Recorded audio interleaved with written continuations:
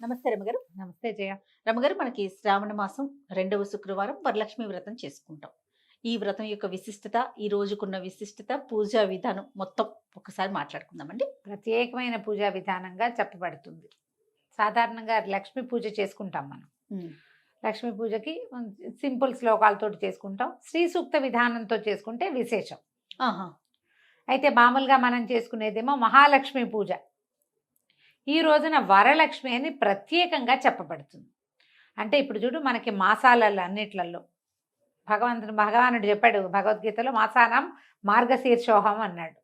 మాసాలలో నేను మార్గశీర్ష మాసాన్ని అత్యుత్తమ మాసంగా చెప్పబడుతుంది మార్గశీర్ష. అట్లాగే స్త్రీల వ్రతాలలో అత్యుత్తమ మాసంగా చెప్పబడేది శ్రావణ మాసం. ఇప్పుడు ప్రతి మాసానికి దాని యొక్క ప్రత్యేకతలు ఉన్నాయి. అవునండి. ఈ మాసపు పౌర్ణమి చాలా విశేషం, ఆషాఢ పౌర్ణమి ఒక విశేషం, శ్రావణ పౌర్ణమి ఒక విశేషం, మాఘ పౌర్ణమి ఒక విశేషం. అట్లా ఈ 2వ శుక్రవారం ఇప్పుడు చూడు, ఇవన్నీ కూడా విశేషమైనవి తిథులు. ఏకాదశి తిథి అవునండి ప్రత్యేకం. కృష్ణాష్టమి చేసుకుంటాం, అష్టమి తిథి విశేషము. వినాయక చవితి తిథి విశేషం. ఎందులోనూ వారం లేదు చూడు. అవునవును, తిదే ప్రధానం. తిదే వారాలు దేనికి చెప్పుకుంటాము? మాఘపు ఆదివారాలు 4 ఆదివారాలు చెప్పుకుంటాం. మాఘాదివారాలు, కార్తీక సోమవారాలు, ఇవి మనకు విశేషంగా కనపడతాయి. అట్లాగే శ్రావణ శుక్రవారాలు కూడా అలాంటి విశేషమైనవే రోజులుగా చెప్తారు. 4 శుక్రవారాలు అయితే అందులో 2వది ప్రత్యేకంగా వరలక్ష్మి శుక్రవారంగా పేరు పెట్టబడి చెప్పబడి ఉంది. ఈ రోజున చేసిన పూజ అమ్మవారికి తప్పకుండా అందుతుందని, ఖచ్చితంగా మనం ఇది తప్పకుండా, అంటే శ్రద్ధలోపం లేకుండా చేస్తే విశేషమైన ఫలితం లభిస్తుందని చెప్తారు. ఇప్పుడు ఇది కథల్లో చెప్తారు, కానీ మనకి ఒక మనస్సమాధానంగా ఉంటుంది. పూజ చేసుకున్నాం అనుకో, చక్కగా అందరికీ వాయినాలు ఇచ్చి పసుపులు కుంకాలు కొత్త బట్టలు, అమ్మవారి పూజ అలంకరణ, అయ్యవారు వచ్చి ఏదైనా కాస్త అభిషేకం చేసి మనకు తీర్థం ఇస్తే ఒక ప్రసన్నత వస్తుంది మనకి మనసుకి. అది చాలా ముఖ్యమైనది ఇందులో. దీంట్లో అధికం ఫలం నీకు ఎంత బాగా గ్రాండ్గా చేసుకోగలగవో అంత చేసుకోవచ్చు. ఏమీ చేసుకోలేవు, ఒట్టి పూజ చేసుకో, సరిపోతుంది. అదైనా సరిపోతుంది. ఇది ప్రత్యేకంగా ఒక కథలో చెప్పబడింది కాబట్టి ఈ శుక్రవారము విశేషంగా చెప్తారు. ఈ వరలక్ష్మి శుక్రవారానికి ఒక చిన్న కథే. శుక్రవారపు గాథ చాలా చిన్నది. ఏం చెప్తారు? చారుమతి దేవి అని ఒక స్త్రీ, బ్రాహ్మణ స్త్రీ. ఆవిడ అత్తమామల్ని ఎంతో బాగా చూసుకునేది, భర్తతో అన్యోన్యంగా ఉండేది, ఇంటికి వచ్చిన అతిథి అభ్యాగతుల్ని చూసేది. చాలా చక్కటి గుణవంతురాలైన హౌస్ వైఫ్ అనుకుందాం, గృహిణి. ఆమెకు ఒకనాడు కలొచ్చి వరలక్ష్మీదేవే కల్లో కనపడింది. ఆమె వరాలు ఇచ్చినట్టుగా కనపడింది కాబట్టి వరలక్ష్మి అనుకున్నారు. ఆమె కల్లో కనపడి, నన్ను పూజించు, నీ గుణగణాలకి మెచ్చాను, నన్ను పూజించు అని చెప్పింది. అది ఎప్పుడు పూజించమంది? శ్రావణ మాసంలో పౌర్ణమికి ముందు వచ్చే శుక్రవారము. అంటే పౌర్ణమి 15 రోజులకు వస్తుంది. పౌర్ణమి ముందు వచ్చే శుక్రవారం ఏదవుతుంది? సాధారణంగా 2వ వారమే అవుతుంది. 2వ వారమే అవుతుంది. ఈ 2వ శుక్రవారము పౌర్ణమి ముందు వచ్చే వారంగా లెక్కబెట్టి అమ్మవారి పూజ చేసుకోమని ఈవిడికి చెప్పింది. ఆవిడ నిద్రలేచి ఇంట్లో ఉన్న పెద్దవాళ్ళకి, చిన్నవాళ్ళకి, భర్తకి, చుట్టుపక్కల వాళ్ళందరికీ తన కళ చెప్పింది. మంచి కళ చెప్పింది. అంతేగా. చెప్తే వాళ్ళందరూ వెయిట్ చేశారు, చూశారు శ్రావణ మాసం ఎప్పుడు వస్తుందా అని. చూసి శ్రావణ మాసం రాగానే ఈ 2వ శుక్రవారం కోసం వేచి ఉండి చక్కగా విశేషంగా ఇళ్ళు వాకిళ్ళు అన్నీ అలికి ఒక చిన్న మండపం ఏర్పరిచి పంచపల్లవాలు మర్రి, రావి, జువ్వి, మేడి, మామిడి, ఈ పంచపల్లవాలతోటి కలశాన్ని ఏర్పరిచి, మామూలు కలశం మనం ఏం చేస్తాం, మామిడాకులు పెట్టి కలశం పెడతాం, లేదా తమలపాకులు కూడా పెట్టే పద్ధతి కనిపిస్తుంది. అప్పుడు పంచపల్లవాలు దొరికే కాలం అది. ఇప్పుడు మర్రి, రావి, జువ్వి చెట్లు కూడా గుర్తుపట్టలేరు. మర్రి, రావి చాలా మంది గుర్తుపడతారు, జువ్వి చెట్టు గుర్తుపట్టలేరు జయ. అవునండి. మేడి, మామిడి ఇవి కూడా అక్కడక్కడ కనపడతాయి. మేడి ఇప్పుడు మన ఔదుంబర వృక్షం అని పూజించుకుంటాం కదా. ఈ పల్లవాలతోటి, ఆ చిగుళ్ళు ఆకులతోటి కలశం ఏర్పరిచి చక్కగా సాంగంగా వరలక్ష్మి పూజా విధానం జరుపుకున్నారు. మామూలు వ్రత విధానం ఎలా అంటే, మనం పూజ చేసుకునేటప్పుడు మహాలక్ష్మి అయి నమః అనే చోట వరలక్ష్మి అయి నమః అంతే. అమ్మవారి పేరు వరలక్ష్మిగా ఈ సమయంలో ఈమెని ఈ పేరుతో పిలవాలి, ఇది లెక్క. అదే అమ్మ లక్ష్మీదేవి, ఈ కాలంలో ఆమెను వరలక్ష్మి అని పిలుచుకుంటాం, వరాలు ఇచ్చే తల్లిగా చెప్తాం.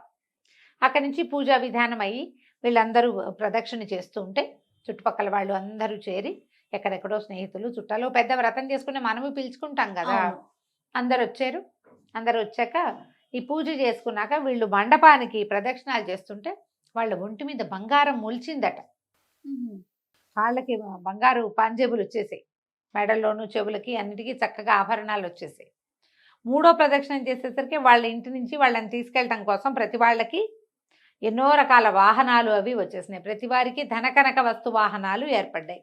1 సంవత్సరం పూజ చేసి అందరు కలిసి పూజ చేసుకుని ప్రదక్షిణ చేస్తేనే ఇంత విశేషమైన ఫలితం లభించింది.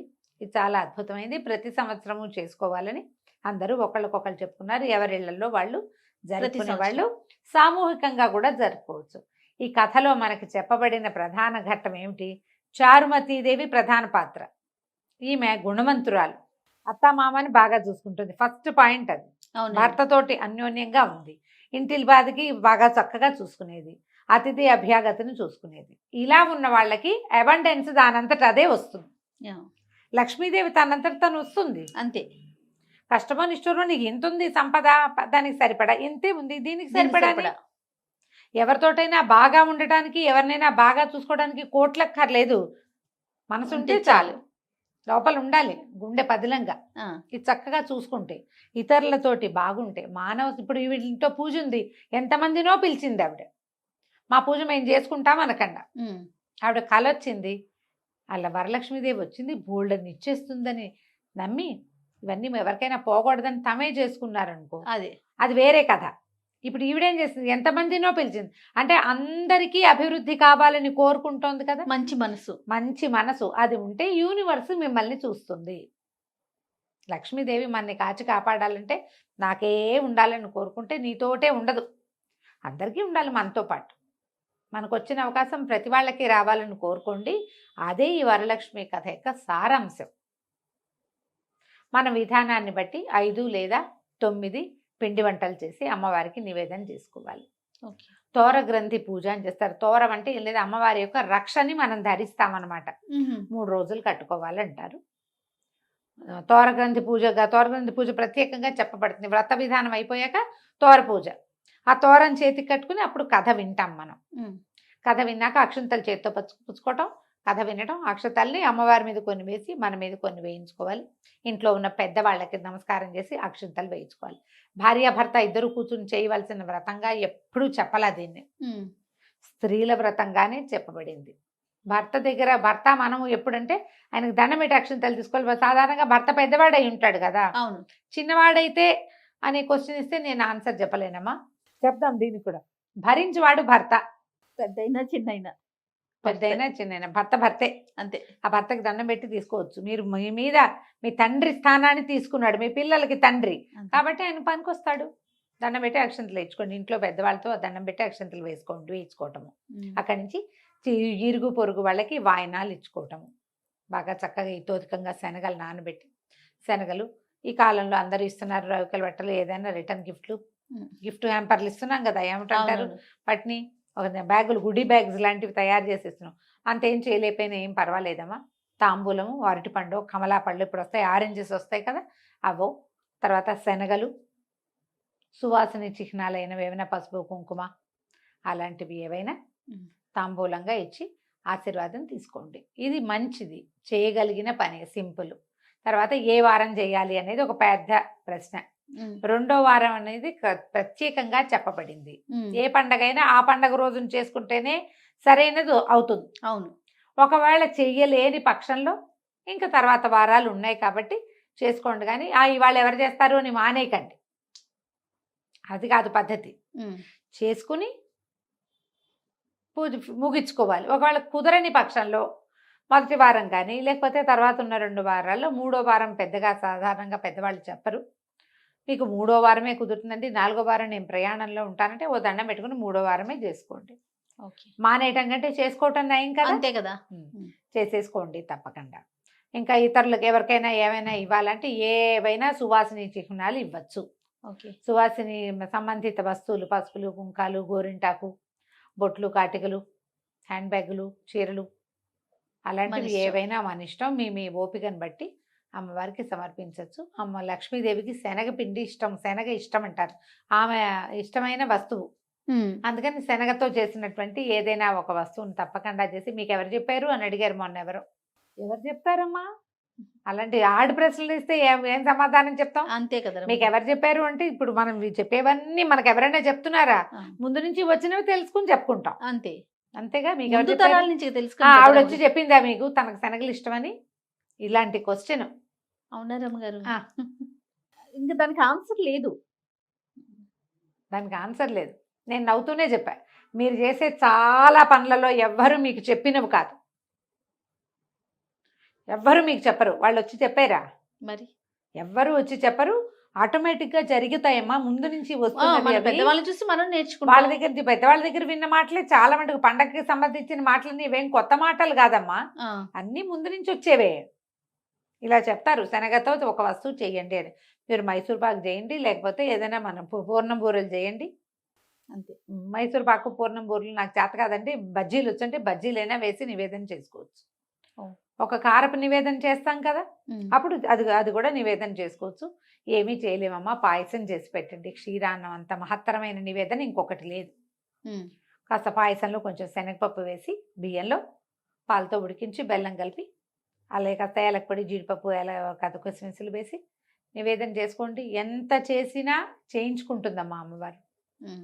నీ చేతని కాదు, నీ ఆస్థని, నీ నమ్మకాన్ని, నీ శ్రద్ధని చూస్తుంది అంతే. శ్రద్ధతోటి ఎంత పూజ చేసుకోగలిగితే మానేయకుండా చేసుకోండి, అది ప్రధానం. ఆడంబరాలు అవకాశం ఉంటే మీ ఇష్టం, ఎంత ఆడంబరం కుదిరితే అంత. ఏం కుదరపోయినా అది చేయకపోతే కుదరదేమోనని పొరపాటును కూడా అనుకోకండి. ఓకే, మీకు కావలసినట్టుగా చేసుకోండి. ఇందులో ఏంటంటే ప్రతిమని చేసి పెట్టే వాళ్ళు ఉంటారు, ప్రతిమని చేస్తారు. లేదా బంగారానికి పూజ చేసుకోవచ్చు.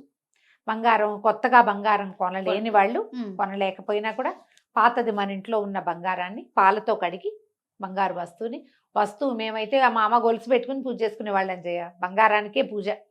నిజంగా నేను అబద్ధం చెప్పటం లేదు, చాలా పాత సంగతి. మేము వరలక్ష్మి వ్రతంగా మాకు తెలియదు, పూజగానే చేసుకునే వాళ్ళం.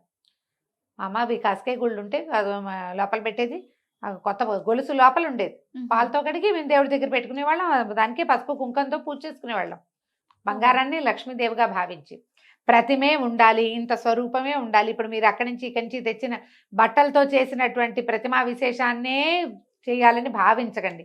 కలశం పెట్టి కలశంలో అమ్మవారిని ఆవాహన చేసుకుని పూజ చేసుకోవచ్చు.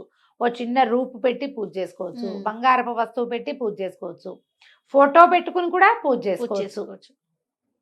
వాళ్ళు ఎవరో చేశారు అదే కరెక్ట్ అని, ఇలాగే చేయాలని, ఇదే కరెక్ట్ అని పొరపాటును కూడా అనుకోవద్దు.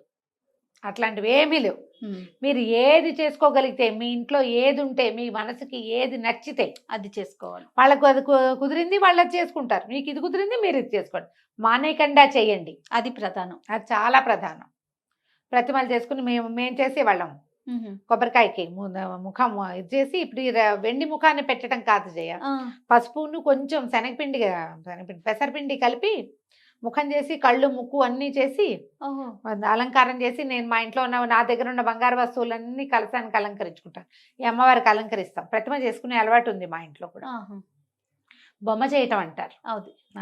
చేసుకుని పూజ చేసుకుంటాం. అప్పుడు కూడా ఒక బంగారు వస్తువు పెట్టుకుంటాం. నేనేమో ఎవ్రీ ఇయర్ గోల్డ్ కొన్నమ్మా, అది అంత శ్రద్ధ ఏం లేదు. ఎప్పుడో కుదిరినప్పుడు కొనుక్కుంటాం. రూపులు మనం బంగారం కొనుక్కోవడానికి ఒక విధానంగా, ఇప్పుడు రూపులు కొనుక్కోవటం ఒక పద్ధతి. అవును, ప్యూర్ గోల్డ్ కనుక కొనుక్కున్నామంటే రేపొద్దున పిల్లలకి కలిసి వస్తుంది. ఈ పేరుతోటైనా 1 గ్రాము 2 గ్రాములు బంగారం తప్పకుండా కొంటాం కదా. మేము ఈ అవకాశాన్ని బట్టి చేయండి అమ్మా.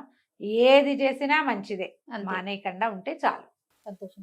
నమస్తే. నమస్తే జయ.